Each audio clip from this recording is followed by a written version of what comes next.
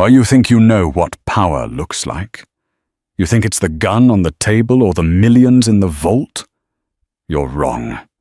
Real power is realizing you're about to lose the only thing that makes you human. Dante Cavallo was the king of Chicago, a man who didn't fear death because he welcomed it. But when his phone rang at 2:00 a.m., a call from his terror-stricken maid, the king didn't just stumble. He fell. "Please come home. She's destroying her." Those 6 words turned a cold-blooded killer into a desperate husband, driving 120 miles per hour toward a nightmare he never saw coming. What he found when he opened that door didn't just break his heart, it froze his soul. The rain in Chicago didn't wash away the sins of the city. It just made the pavement slicker for the blood to run into the gutters. Inside the VIP lounge of the Obsidian, a private club on West Randolph Street, the air smelled of expensive cigars and fear. Dante Cavallo sat on a velvet armchair that looked more like a throne. He was 32 years old, with eyes the color of burnt espresso and a jawline that could cut glass. He was the Don of the Cavallo crime family, and currently he was bored. Across from him sat Thomas O'Malley, a rival distributor who had been skimming off the top of the shipping lanes. O'Malley was sweating, his trembling hands hovering over a glass of scotch he was too terrified to drink. "I'm telling you, Dante," O'Malley stammered, using the first name he hadn't earned the right to speak. "It was a clerical error. My accountant, Arthur, he made a mistake." Dante didn't blink. He adjusted the cuff of his bespoke Brioni suit. "Arthur has been dead for 3 days, Thomas. We found him in the trunk of a Honda Civic at O'Hare, so unless Arthur is cooking books from hell, you're lying to me." Dante signaled to his enforcer, a mountain of a man named Rocco.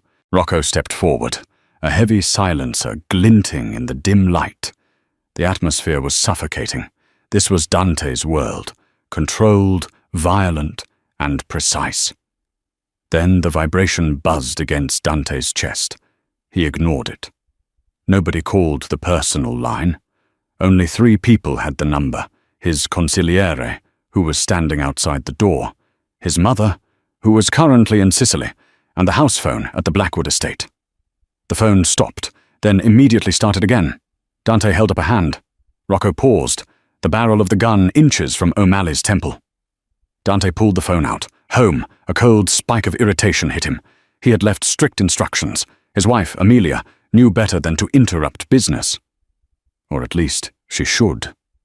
They had been married for 6 months, a contract marriage to unite the Irish and Italian territories, and while Amelia was gentle, she was learning that being Mrs. Cavallo meant silence was a virtue. He swiped right, his voice dropping to a lethal whisper. This better be life or death. "Signore, signore, please!" It wasn't Amelia.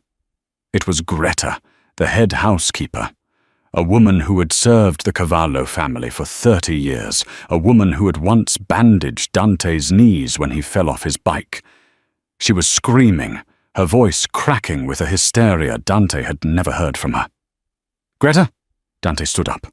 The movement was so abrupt, the heavy armchair scraped loudly against the floor. "Calm down. What is it? You have to come home. Now. Oh God, the blood. There's so much." The world around Dante, the club, the money, the sniveling traitor O'Malley, evaporated. "Who is bleeding? Is it Amelia? It's Sienna!" Greta sobbed. "Sienna is... She's gone crazy, signore. She locked the doors. She's destroying her. She's screaming, and I hear things breaking, and Mrs. Cavallo stopped crying. She stopped crying 5 minutes ago, Dante. Please, Sienna." The name landed like a curse. Sienna Mercer, the daughter of the Chicago politic who Dante had grown up with. The woman who thought she would be the one wearing Dante's ring until he chose the strategic alliance with Amelia Sullivan instead. Sienna, who had begged to stay at the estate for safety after a break-in at her apartment last week. Dante had allowed it. He thought Amelia needed a friend. He thought Sienna was harmless. "Stupid. I'm coming," Dante said. His voice was no longer human. It was the growl of a predator protecting its young. He hung up and looked at Rocco. "Kill him. Make it messy, then get the car, now! He didn't wait for O'Malley's scream. Dante was already sprinting through the club, bursting out the back exit into the pouring rain. He vaulted into the driver's seat of his black Maserati MC20 before his driver could even open the door. "Get out," Dante ordered the driver. He slammed the car into gear, the tires screeching against the wet asphalt as he tore onto the street. The Blackwood estate was 20 miles away in Lake Forest. In this weather, it was a 40-minute drive. Dante decided he would make it in 15.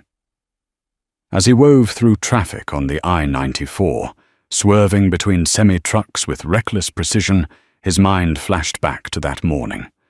Amelia had looked pale at breakfast.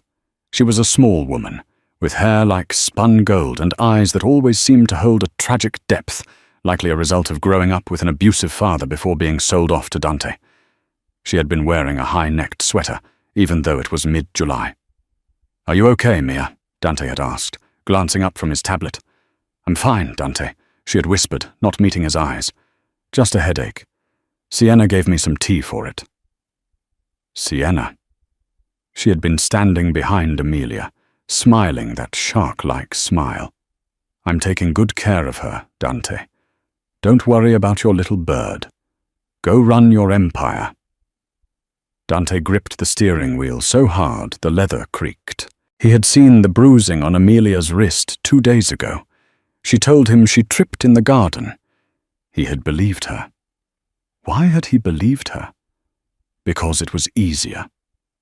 Because he didn't want to admit that bringing his ex-lover into the house with his new, fragile wife was a mistake of catastrophic proportions?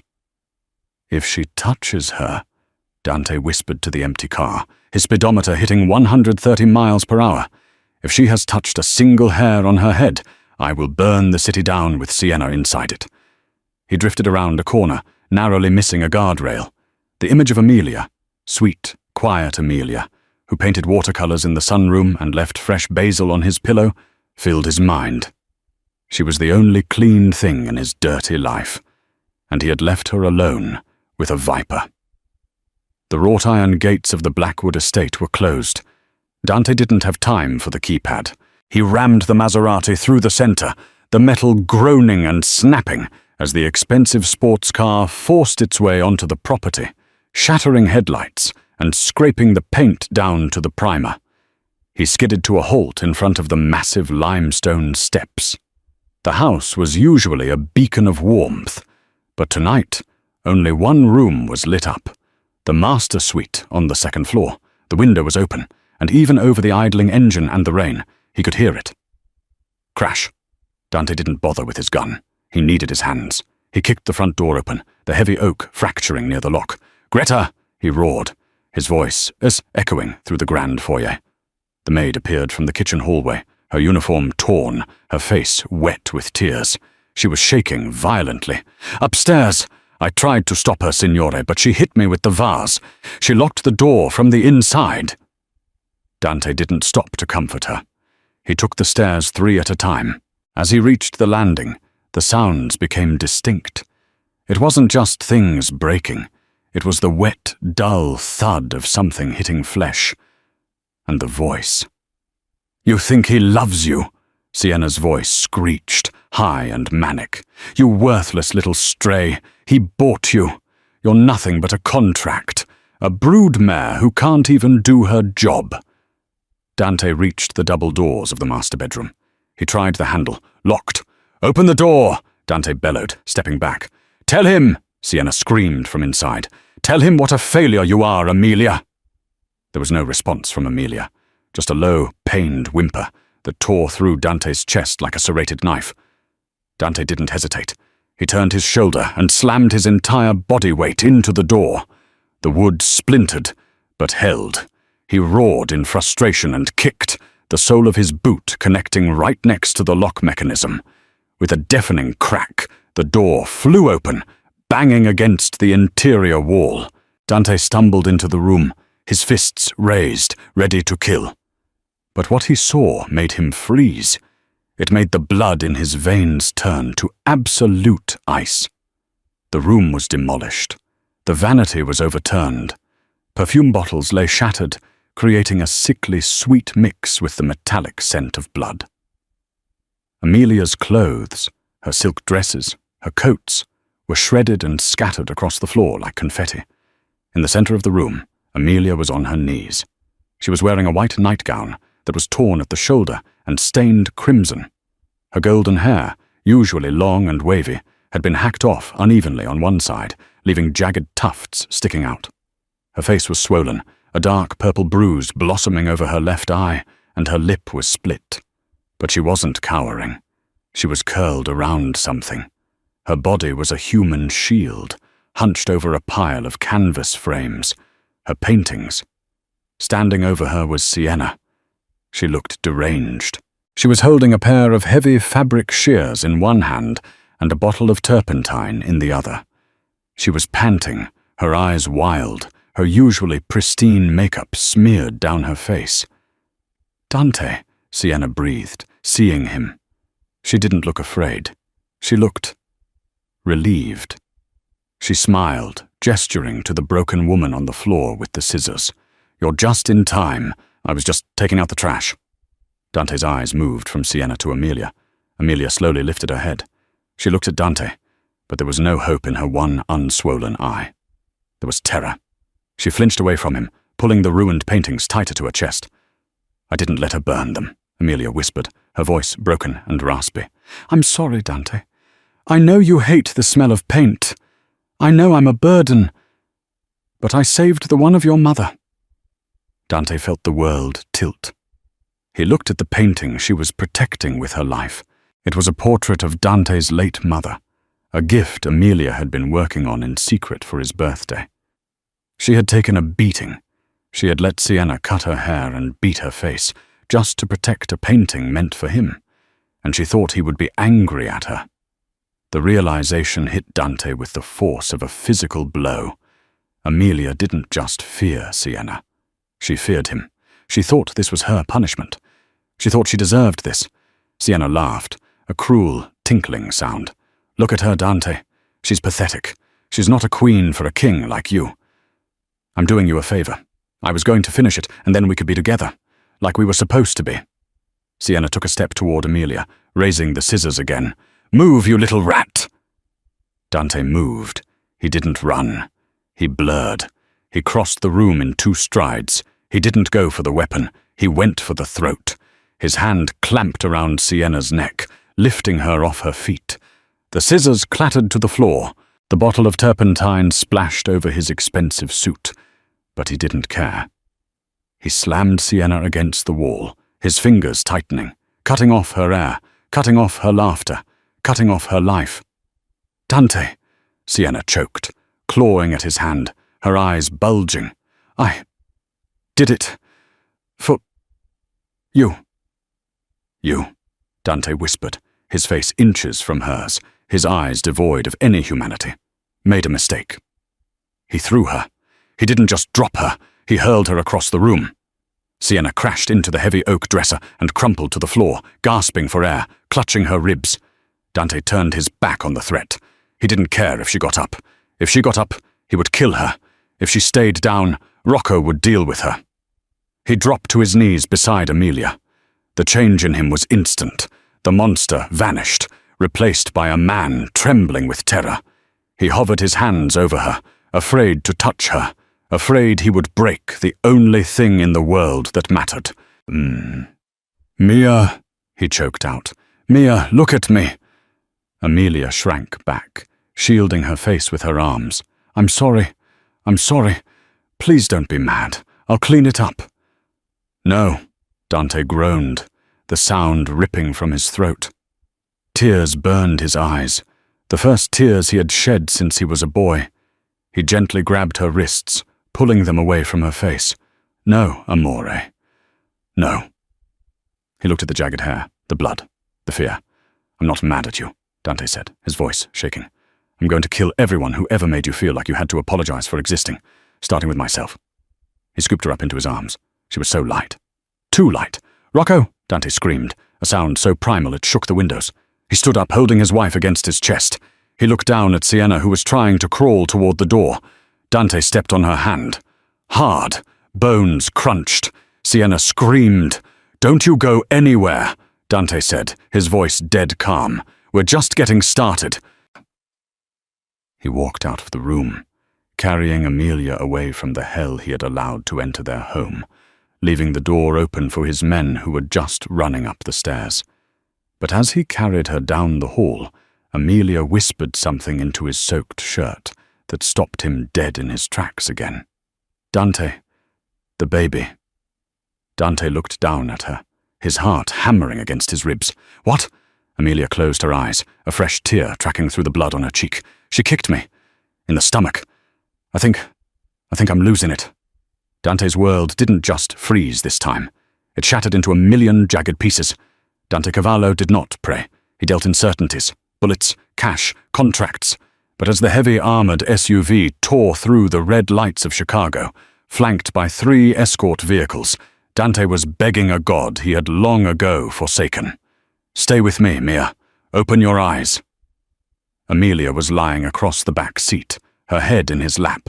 Dante was pressing a towel from the car's emergency kit against her stomach, his hands slick with the blood of his wife and potentially his unborn child.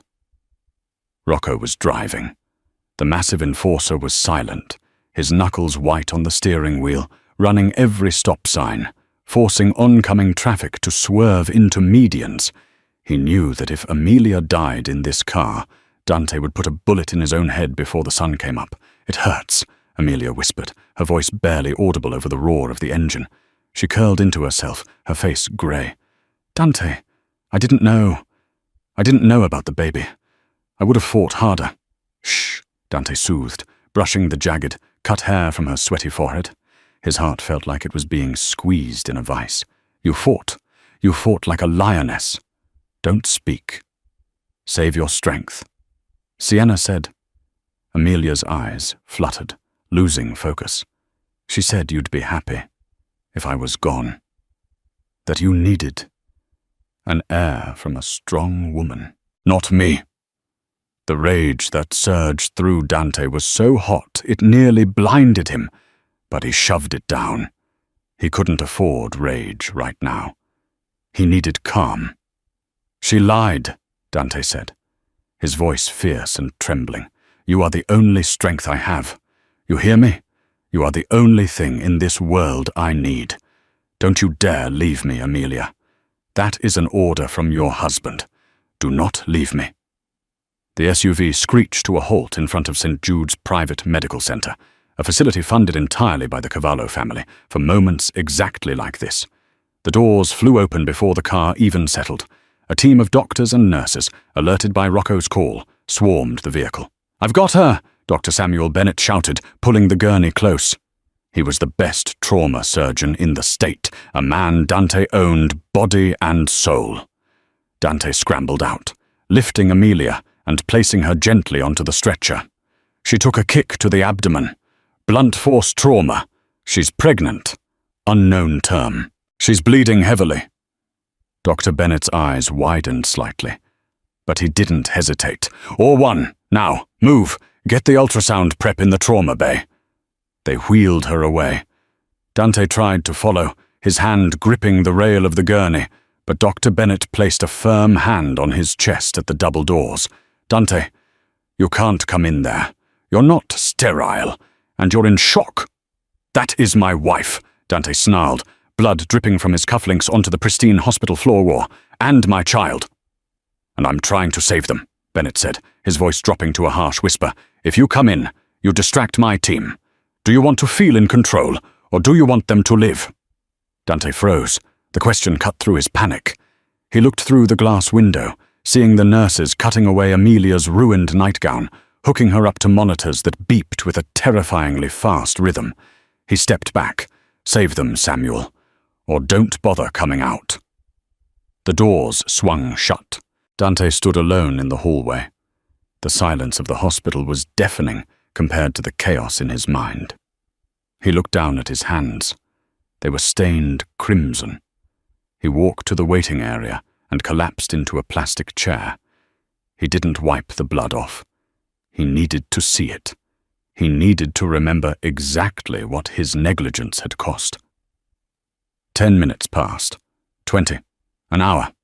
Rocco appeared, holding a cup of black coffee and a fresh shirt someone had brought from the car. He looked hesitant to approach the boss. Dante was staring at the wall, unblinking. "Boss," Rocco said softly. "The boys, they have Sienna. She's in the basement of the warehouse on 5th. She's asking to speak to her father." Dante didn't look up. "Her father is a senator. If he calls, tell him his daughter is on a vacation. And if he pushes—" Dante finally turned his head. His eyes were dead. "Then send him her tongue." Rocco nodded, his expression grim. "Understood. Also, we found this in her purse." Rocco handed Dante a small, translucent vial. It was empty, but it smelled faintly of bitter almonds and chemicals. "What is this?" Dante asked, taking the vial. "We ran a quick test with the contacts at the lab," Rocco said. "It's a compound based on digitalis. In small doses, it causes fatigue, headaches, confusion, and muscle weakness. In high doses, cardiac arrest," Dante finished. The pieces slammed together in Dante's mind. The headaches Amelia had complained about, the dizziness, the way she had become so docile, so tired over the last few weeks. She wasn't just beating her, Dante whispered, his grip on the vial tightening until the plastic cracked. She was poisoning her. She was weakening her so she couldn't fight back. She was killing her, slowly, right under my nose. "Mr. Cavallo?" Dante's head snapped up. Dr. Bennett was standing by the double doors. He pulled his surgical mask down. He looked exhausted. Dante stood up, his heart hammering against his ribs like a sledgehammer. He didn't speak. He couldn't. "She's stable," Bennett said. Dante let out a breath that sounded like a sob. The internal bleeding was from a placental abruption, a partial separation, Bennett explained quickly. "It's serious, Dante. Very serious. But we stopped the bleeding. Amelia is weak, malnourished, and has traces of a toxic substance in her blood that complicated the anesthesia. But she is a fighter." "The baby?" Dante asked, his voice cracking. Bennett managed a tired smile. "You have a son, Dante. His heartbeat is strong. He's about 14 weeks along. He held on. A son. Dante Cavallo, the man who destroyed everything he touched, had a son who refused to die." "Can I see her?" "She's in recovery. She's sedated. But yes. Go to her." Dante walked past the doctor. He didn't run this time. He walked with the heavy, solemn steps of a man who had been given a second chance he didn't deserve. The room was dim, lit only by the rhythmic green glow of the heart monitor. Amelia looked small in the hospital bed, wires and tubes creating a cage around her. Her face was clean now, the blood washed away, but the bruising was worse. Dark purple and yellow maps of violence across her cheekbone and jaw. Dante sat in the chair beside her bed. He had been there for 6 hours. He hadn't slept. He hadn't eaten. He just watched the rise and fall of her chest, terrified that if he looked away, it would stop. He held her hand, the one without the IV. Her fingers were cold. He rubbed them gently with his thumb, over and over again. "I'm sorry," he whispered into the darkness. "I promise you, Mia, I will burn the world to keep you warm." Amelia shifted slightly, a small moan of pain escaping her lips, but she didn't wake. Dante needed to do something. If he sat here any longer, the guilt would eat him alive. He needed to understand. How had this happened? How had he been so blind? Amelia was shy, yes, but she wasn't weak. Why hadn't she told him? He remembered the bag Greta had packed for her. It was sitting in the corner of the room. Greta had shoved a few personal items in it before the ambulance left. Dante stood up and walked over to the bag. He rummaged through it, finding a change of clothes, a hairbrush, and a thick, leather-bound sketchbook. He pulled out the book. He knew Amelia drew. She spent hours in the sunroom, but he had never looked inside. He respected her privacy. Foolish, he thought. Privacy is where secrets rot. He opened the book. The first few pages were beautiful sketches of the garden, the fountain, even a sketch of Dante sleeping on the sofa. drawn with such tenderness it made his chest ache. But as he flipped further, the tone changed. The drawings became jagged, dark, charcoal sketches of a woman with no face standing in the shadows. And then the writing started. It wasn't just a sketchbook. It was a diary. June 12th. Sienna moved in today. Dante says she is a friend. I want to believe him. But the way she looks at me, it's like she's dissecting a frog. She told me my dress looked cheap. She whispered that Dante only married me for the port deals. I know that's true, but hearing her say it hurts. Dante's jaw tightened. June 20th. I feel so sick lately. The tea Sienna makes me tastes bitter, but she insists it's an old family recipe for fertility. She watches me drink every drop. If I don't, she tells Dante I'm being ungrateful. I don't want to trouble him. He has so much work. Poison, Dante hissed, reading the words. She was feeding it to you, and I let her. He flipped the pages faster, his anger mounting with every sentence. July 1st. She found me in the nursery today. I was just looking. I haven't told Dante I think I'm pregnant yet. I wanted to be sure. Sienna laughed at me. She said, "Do you really think he wants a child with you? He told me last night he can't wait to get rid of you." She's lying. I know she's lying. But Dante is so cold lately. He barely looks at me. Maybe she's right. Dante slammed the book shut, his hands shaking. He hadn't been cold because he wanted to get rid of her. He had been distant because he was trying to protect her from the war with the O'Malley clan. He thought he was keeping her safe by keeping her separate from his business. Instead, his distance had given Sienna the ammunition she needed to break Amelia's mind. He opened the book to the very last entry, dated this morning. The handwriting was shaky, erratic. July 15th, she found the painting, the one for his birthday. She told me if I didn't destroy it myself, she would tell Dante I was sleeping with the guards. She said she has photos, doctored photos. She said Dante would believe her because I'm nobody, and she is Sienna Mercer. I won't destroy it. It's the only thing I have to show him I love him. If she hurts me, I'll take it. But I have to protect the baby. I'm so scared. Dante, please come home. Dante lowered the book. A tear, hot and angry, slid down his cheek. She had endured psychological torture, poisoning and physical abuse, all while believing her husband didn't love her, and she had done it to protect a painting, to protect his honor, to protect his son. The door to the hospital room opened softly. It was Rocco. "Boss," Rocco whispered, "we have a situation." Dante placed the journal down on the bedside table. When he turned to Rocco, the sadness was gone. In its place was a darkness so profound it seemed to dim the lights in the room. "What?" "We checked Sienna's phone records like you asked," Rocco said, stepping into the room. "The texts. They weren't just to her father." "Who was she talking to?" "Thomas O'Malley," Rocco said, "before you killed him." Dante went very still. "She gave O'Malley the shipping routes," Rocco continued. "She told him when Arthur the accountant would be at the airport. She traded our secrets, Dante. She traded them for a promise." "What promise?" Dante asked, his voice low and lethal. "O'Malley promised that once he took over your territory, he would kill Amelia for her. She sold out the family just to get rid of your wife." Dante laughed. It was a short, dry sound, void of humor. It wasn't just a domestic dispute. It wasn't just a jealous ex-girlfriend. It was high treason. Sienna Mercer had tried to dismantle his empire and murder his family. Dante walked over to Amelia. He leaned down and kissed her forehead, right over the bandage. "Sleep well, my love," he whispered. "When you wake up, the monsters will be gone. All of them." He turned to Rocco. "Is the car ready?" "Yes, boss." "Good." Dante adjusted his jacket, buttoning it over his blood-stained shirt. "Take me to the warehouse. It's time Sienna learned what happens when you break the Queen." "And the senator?" Rocco asked. "He's calling the police chief." Dante paused at the door. He looked back at his sleeping wife. "Let him call," Dante said.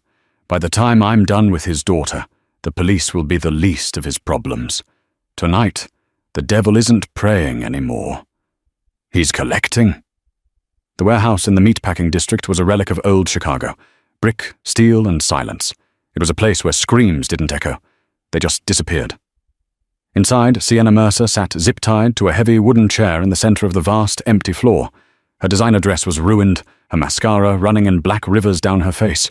Her hand, the one Dante had crushed, was hastily bandaged, throbbing with a dull, sickening rhythm. She wasn't crying anymore. She was seething. She was a senator's daughter. She was untouchable. Dante was just angry. He would calm down. He always calmed down. The heavy metal bay door groaned and rolled up. The headlights of the SUV cut through the darkness, blinding her. Dante stepped out. He had changed his shirt, but the aura of violence around him was thicker than before. He walked toward her, the sound of his Italian leather shoes echoing against the concrete like the ticking of a doomsday clock. Rocco pulled a metal folding chair over, and Dante sat down, directly across from her, his elbows resting on his knees. He stared at her for a long minute.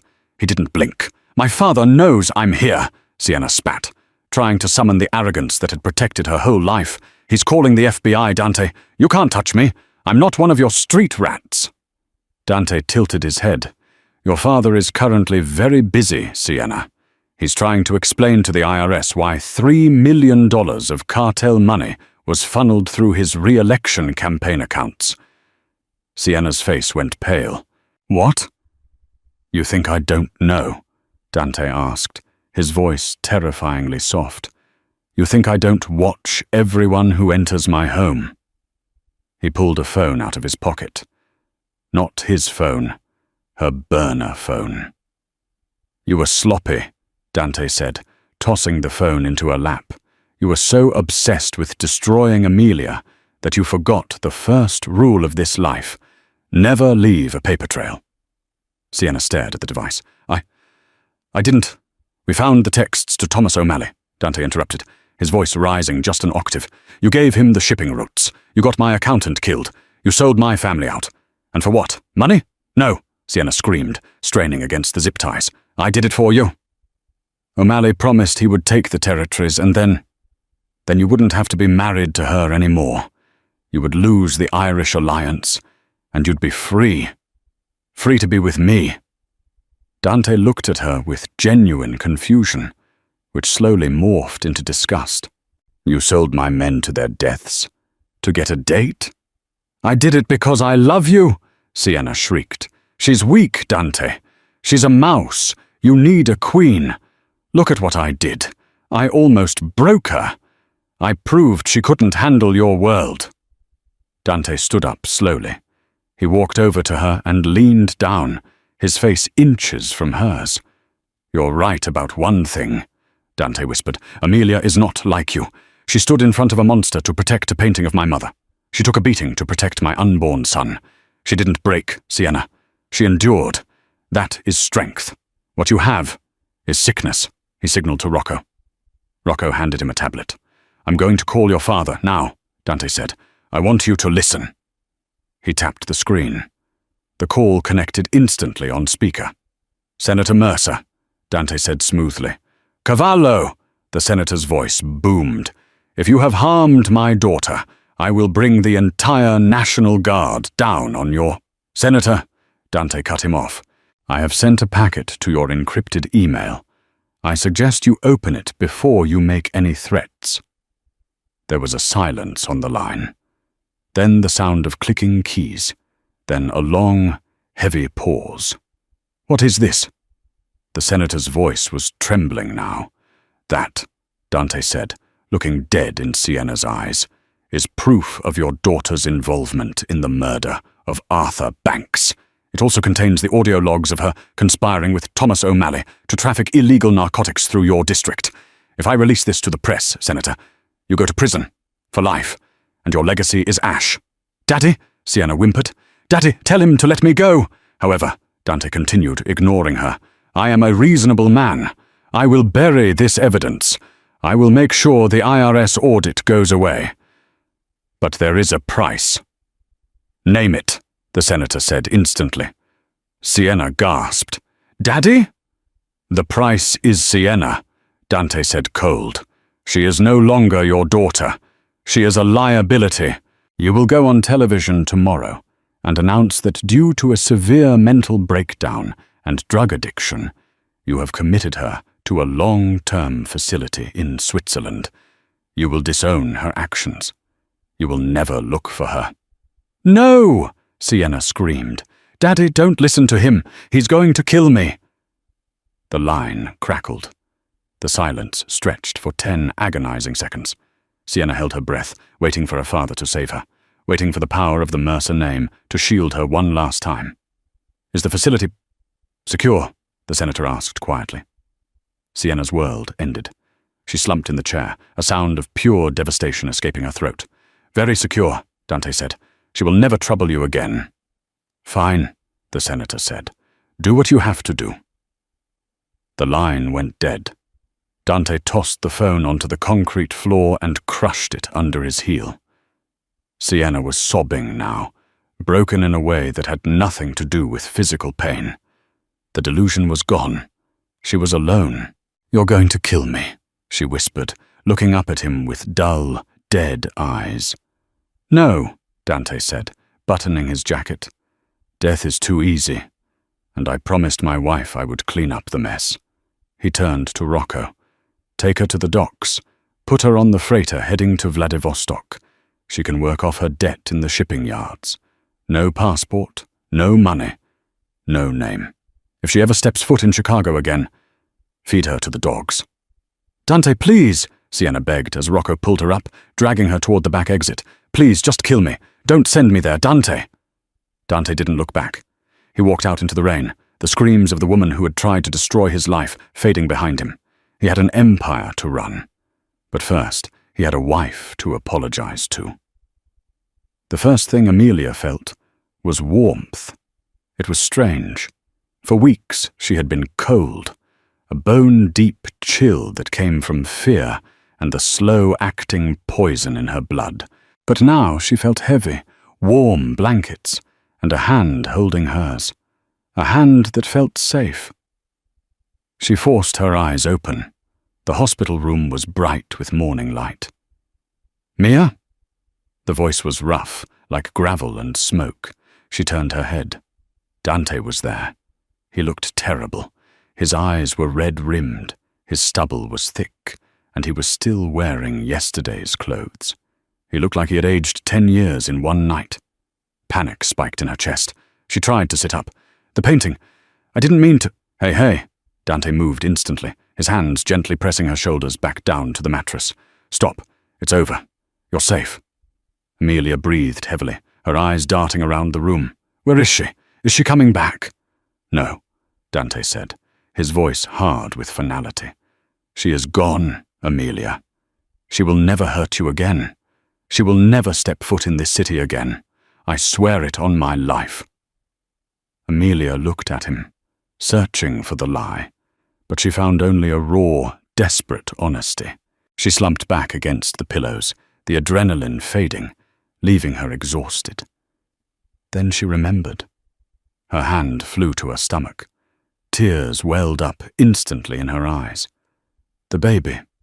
I lost him, didn't I? She kicked me. I felt it. Dante's expression crumbled.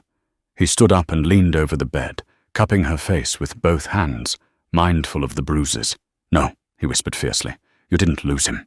He's still there. The doctors said he's a fighter. Just like his mother. Amelia let out a sob, a sound of pure, unadulterated relief. He's okay. He's okay, Dante promised. Heartbeat is strong. You have to rest, Mia. You have to eat. You're malnourished.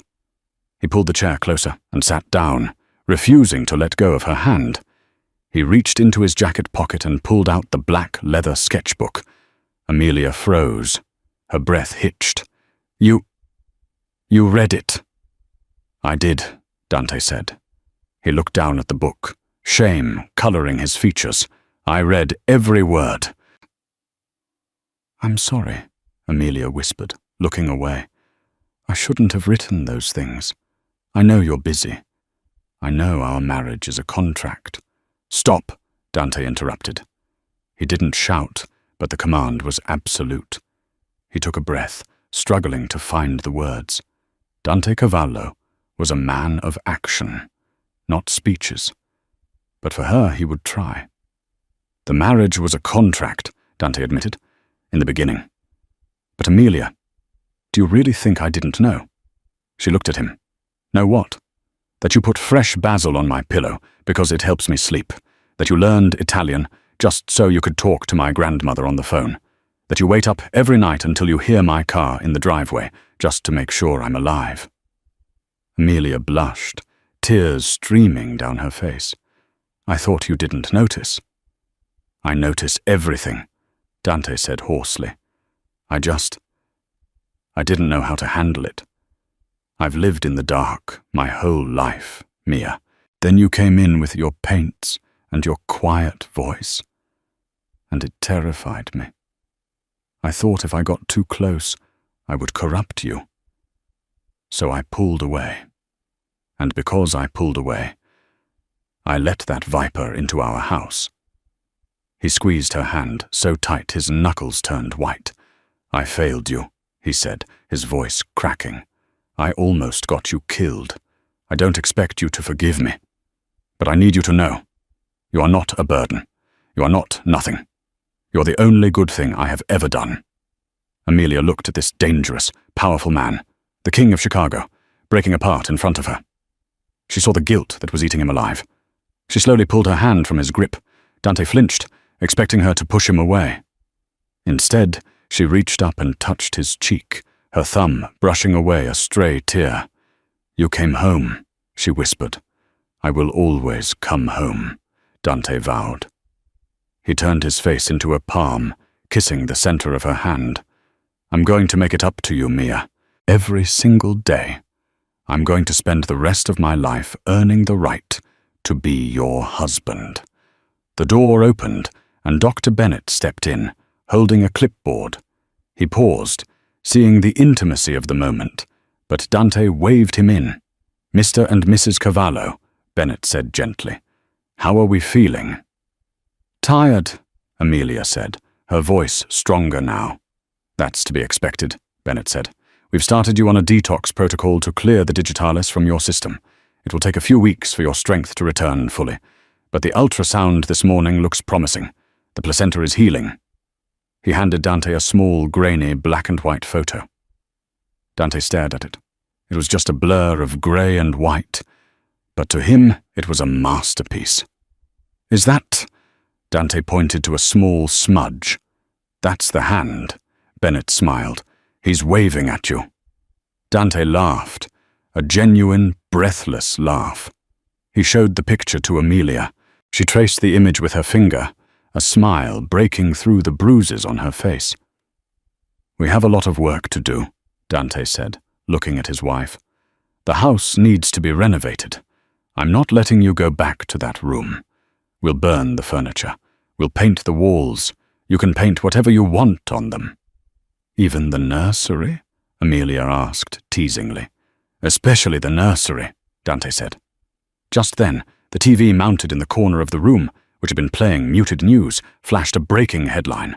Senator Mercer announces daughter's withdrawal from public life, citing health issues. Amelia looked at the screen, then back at Dante. She didn't ask what he had done. She didn't want to know the details. She just knew that her husband had kept his promise. The monster was gone.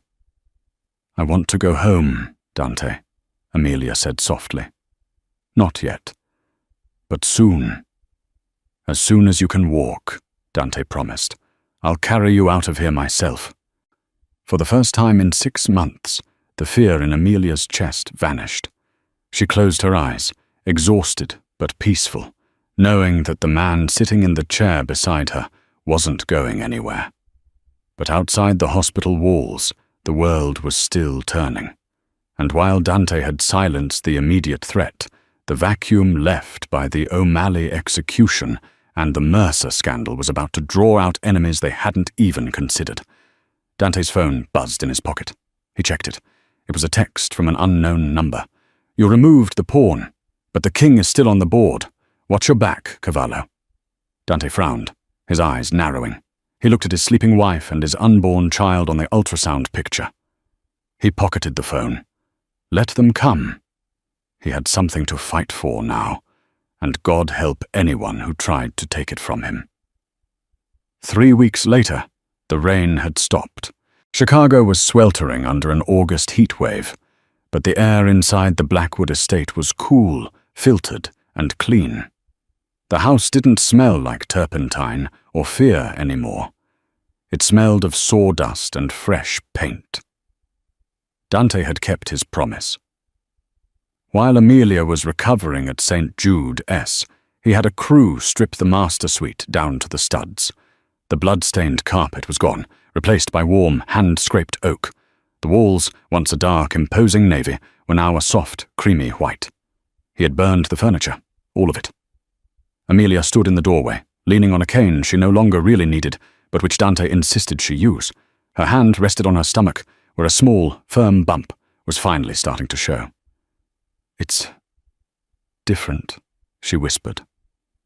Dante stood behind her, his hands hovering near her waist, ready to catch her if she even swayed. "Do you hate it?" "No," Amelia turned, looking up at him. Her bruises had faded to faint yellow shadows. "It looks like a blank canvas." Dante's eyes softened. "That's the point. We start over. No ghosts." He guided her to the window seat, a new addition, piled high with velvet cushions.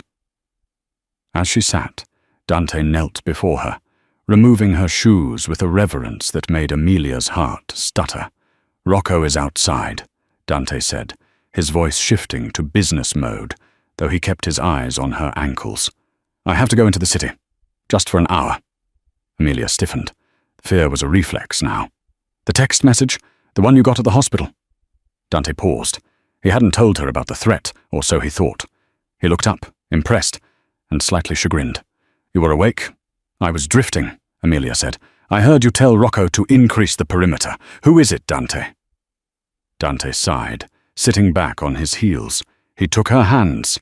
"It's the loose end. Sienna was a pawn, Mia. But pawns don't move themselves. Someone gave her the confidence to betray me. Someone promised her protection." "Who?" "My uncle," Dante said, the words tasting like ash. "Salvio. The man who ran the family while I was a boy. He didn't like that I married an Irish girl. He wanted the Mercer connection to solidify his political standing. He was the one feeding Sienna's delusions." Amelia's grip tightened on his hands. "What are you going to do?" Dante stood up, adjusting his cuffs.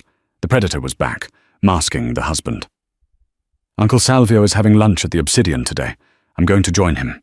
I need you to stay here. Paint, rest, eat the lunch Greta makes you. Can you do that for me?" Amelia looked at him. She saw the darkness in his eyes, the necessary evil he carried, so she could live in the light. "Come back to me," she said fiercely. "Always." The Obsidian was empty, save for one table in the center of the room. Salvio Cavallo, a man of 60 with silver hair and a smile that didn't reach his eyes, was cutting into a steak. He didn't look up when the doors opened. He didn't look up when the guards at the door vanished, replaced by Rocco and his team. Dante pulled out the chair opposite his uncle and sat down.